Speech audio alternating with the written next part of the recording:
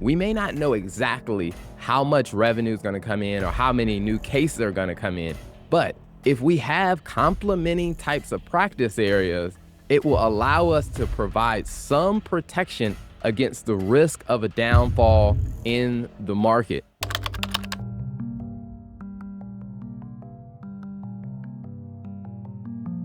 A common issue that a lot of businesses have is how do you forecast demand and how do you forecast the future of your firm and your operations, especially when you have a situation where you may be doing bankruptcy law, but there may be some other practice areas. And maybe this is a time where bankruptcy is up and then other practice areas are down, or maybe it's vice versa. Those other practice areas are up and bankruptcy is down.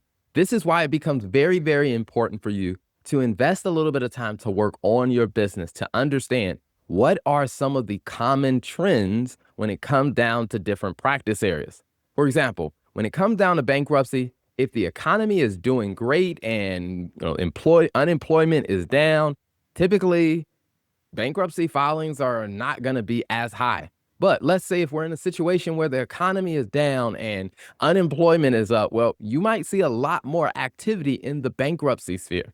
Now, couple that with another practice area like real estate. Well, when the economy is down, you may not see a lot of people doing real estate transactions. But when the economy is up, you might see more real estate transactions happening.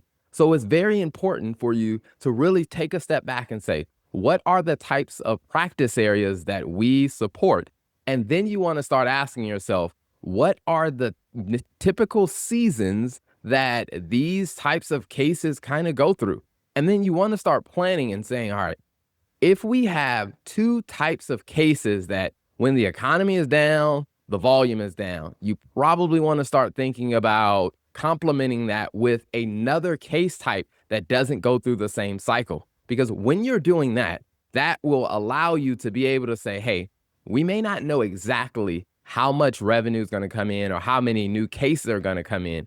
But if we have complementing types of practice areas, it will allow us to provide some protection against the risk of a downfall in the market. Now, the other thing that you really want to look at is you want to start really paying attention to things like your marketing and your sales conversions, because although there may be some macro things changing in the market, like the economy's up or the economy's down, like that's great to be aware of that, but that doesn't always translate to your specific firm. So what you need to do is you need to make sure that you are locked in to understanding the numbers for your specific firm. Like of the past 6 months, how many leads did you have come in? How many of those leads actually turned into clients? Because once you start to really get to know your specific numbers or the numbers for your specific firm, then you're going to be able to better forecast. So let's say if you're a bankruptcy firm and let's say if 50% of the leads that came in actually hired your firm and they became a client. Well, even in an economic downturn, if you have 10 leads, if your specific firm has a 50% conversion rate, chances are your conversion rate will probably be somewhere of that same nature. Now, you may not have as many leads coming in when the market is up or when bankruptcy filings are down, but your conversion rates will probably be fairly consistent. And that's a great way for you to really dial into your specific firm to get an idea on what you can do about forecasting and planning. Hey, thanks for tuning into the Bankruptcy Law Firm Finance Show. At the end of the day, we make finance less complicated so you can build a more profitable law firm. If this was helpful for you, go ahead and hit that subscribe button and follow us for more great content.